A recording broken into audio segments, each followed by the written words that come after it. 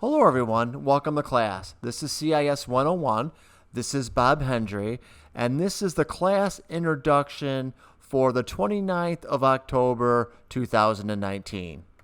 So this is your lecture, or at least an introduction to the class for today. Now before we get started, a few things about where we're at in class and a couple of minor changes to the format of the reading and the viewing. Now, first of all, we're just over halfway through the semester, so hopefully you guys are all caught up with your assignments, or at least catching up with your assignments. Now, if you need any help with your assignments, please reach out to me sooner rather than later, which most of you have. This is just kind of a reminder. And also, some of you still, or about half of you, still are finishing up your midterm. So if you get that to me as soon as possible, that would be great. I can get that back to you just as soon as I can. Now, remember, your midterm is only 10% of your grade, so don't agonize over every single point in it. I mean, that's one of the things that I mentioned before. One of the drawbacks of doing a majority of your assignments on your own time is sometimes you agonize over every little minuscule point, where if you did it in class, you would just turn it in and you would just kind of get your grade and then kind of be done with it. Now, so if you need help with anything like that, just please get back to me as soon as you can, and I'll get you any of the help you need, either with your midterm if you have any questions or with your assignments. I also want to point out that in addition to being really available at any time virtually, either via email for quick questions or WebEx. Some of you have used to contact me, but I'm also on campus on Tuesdays and Wednesday nights, and also on some Friday afternoons as well. So if you need help that's other than our class time, please reach out and let me know what's on your mind and when's a good time to meet. Like I said, the best times for meeting you guys is either during class time, if you can make it. If not, I can meet you again, like I said, on Tuesday or Wednesday evenings, afternoons, from usually 5 p.m. all the way until 9. The best time is the best way is usually to reach out to me, make an appointment. But if not, you don't always need to. Just let me know when you're going to come in, and and if you could, please let me know what's on your mind or the problem that you're having, so I could prepare and I can maximize your time with me. Again, I'm here for your success. Let me know what you need from me, and I'll be glad to make that happen.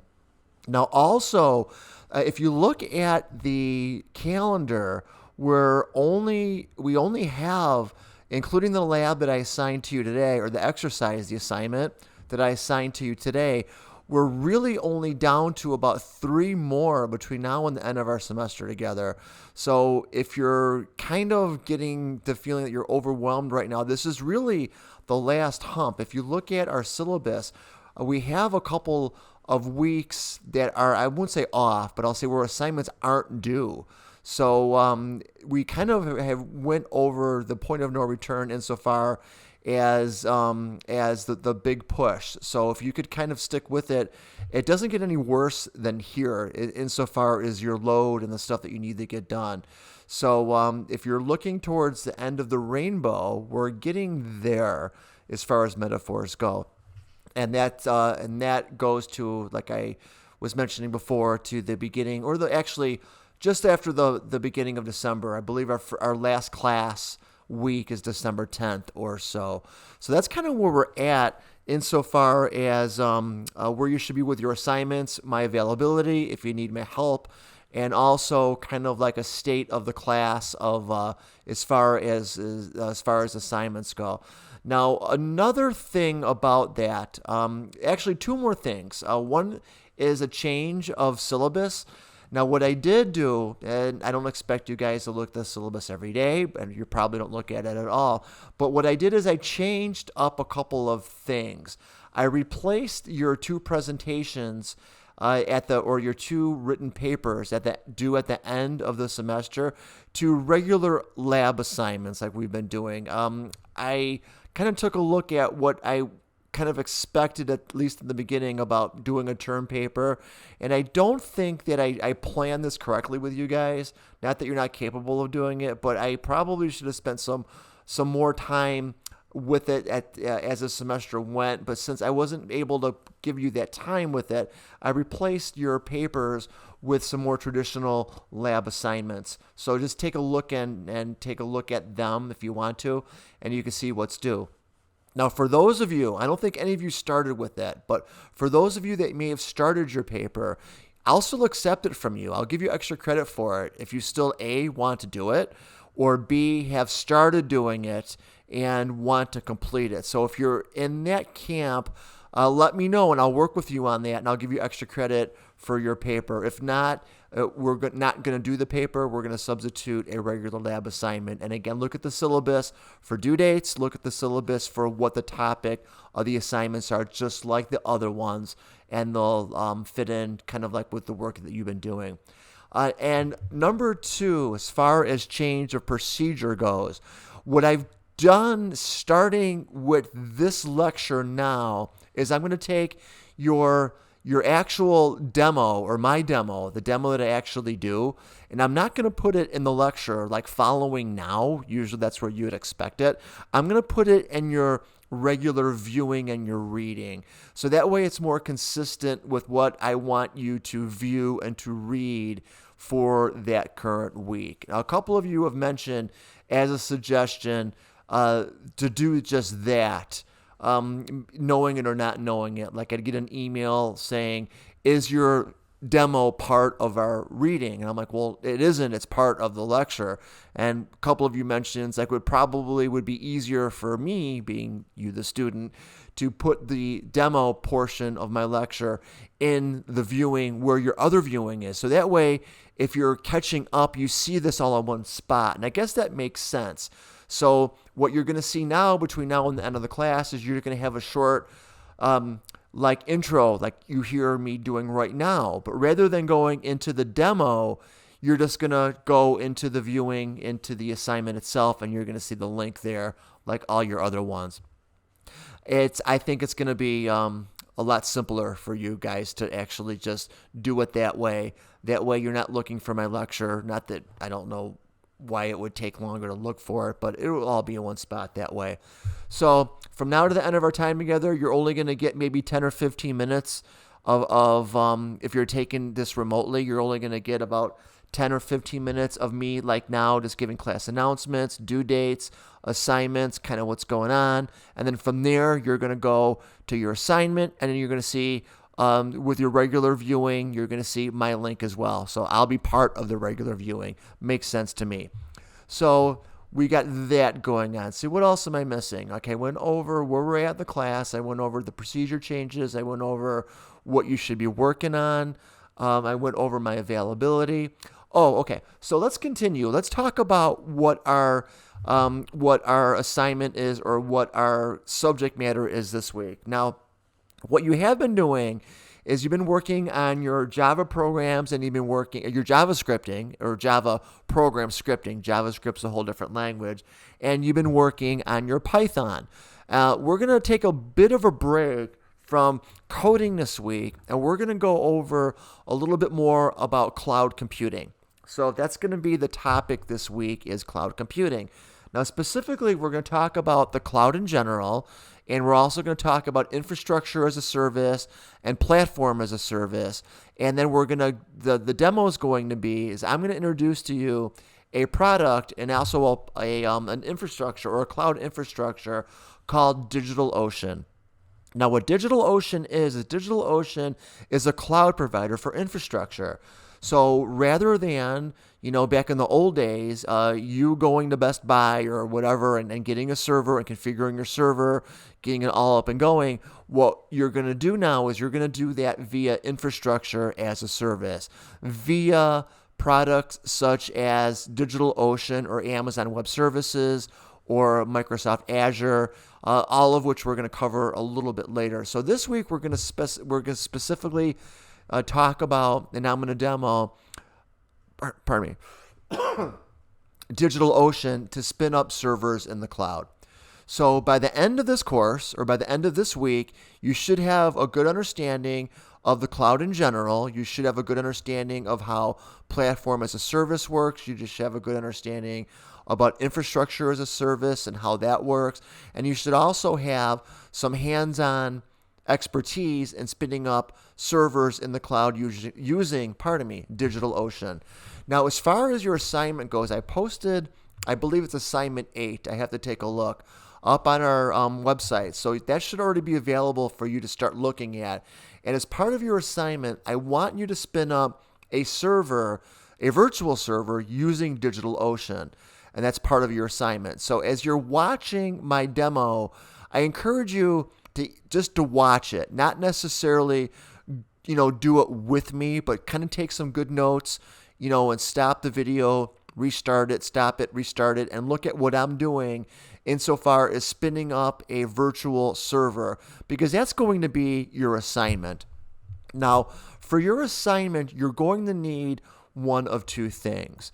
You're going to need A, your own account on DigitalOcean, or B, if you don't have your own account on DigitalOcean, you can use mine.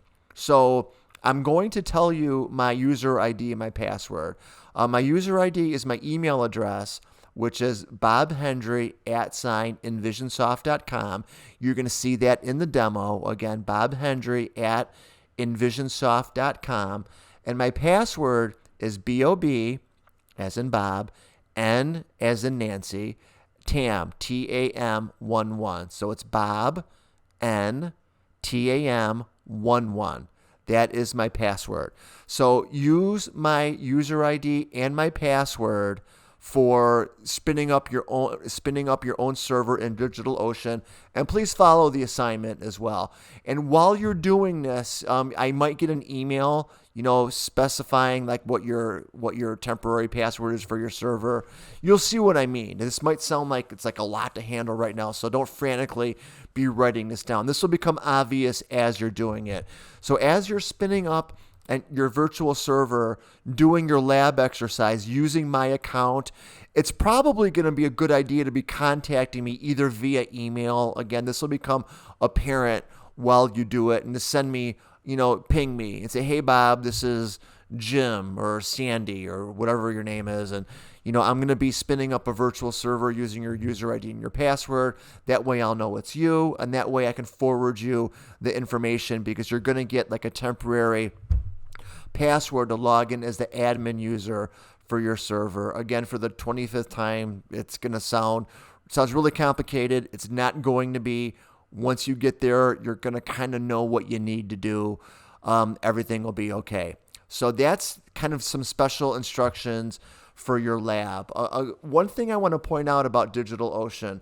DigitalOcean, I've been using professionally and academically for years. It is an awesome organization for using infrastructure as a service.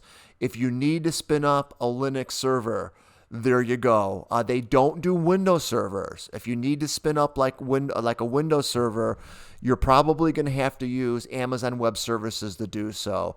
We're going to have some instruction on that as well, on Amazon Web Services and EC2, or Elastic Cloud 2, which is the product that you use to spin up any servers such as what you're going to do in DigitalOcean. And also you have some support for some Windows servers, which you don't necessarily have with DigitalOcean. I love DigitalOcean because they're reliable, they're easy to use, they're inexpensive. If you need to spin up servers that run a website, WordPress, quickly and easily, cheaply, we're talking starting at $5 a month. It sounds like I'm a salesperson for DigitalOcean. I'm really not, but I'm a big fan of theirs. So I'm incorporating them and teaching you about them and showing you how you can spin up servers fairly easily. DigitalOcean, I think, is the way to go. Now, like I said, I am going to do some Amazon Web Services. I don't think I'm going to get to Azure. Maybe I will this semester, because we're starting to get a little bit out of the whole scripting sort of thing. But the cloud is part of this. So it's worthwhile, at least for us, to have a unit on this. And what we're going to do is we're going to be using our virtual server that we're going to be spinning up today, or at least in today's assignment. Hopefully you're going to be doing this week for the rest of the class. We're still going to be using Coding Ground. Don't panic. We're still going to use that because I love Coding Ground. But since you're going to have experience spinning up your own virtual servers, I want to incorporate that in the scripting that we're going to be doing, because realistically, you will be doing that as part of what you're doing in this class, as far as, writing Java code, writing Python, and other scripting languages. So we're still going to be doing some Ruby and maybe some Perl. Like I said, I'm still deciding exactly which scripting languages we're going to use, which we're going to continue to be using. Sorry, I know I'm kind of channel surfing here. We're going to be using, in addition to Coding Ground, we're going to be using our virtual servers that we're going to be spinning up on, that we're going to be spinning up on DigitalOcean to do just that. So exciting stuff. I know I sound like I'm covering a lot of things all at the same time, and I probably am. So at that rate, upon further ado, I'm going to end the introduction to the course. And at this point, what I'd like you to do is look at your assignment. Look at your viewing. The first link in your viewing is going to be my demo. The last part of my lecture is going to be my demo on using DigitalOcean. So when you're watching my demo using DigitalOcean, just take notes, slow down the video, watch it again. You don't have to follow along with me, because you're going to be doing just that with your actual assignment that I'm asking you to do. So thank you for listening, and I bid you a very well rest of the day. See you in the demo.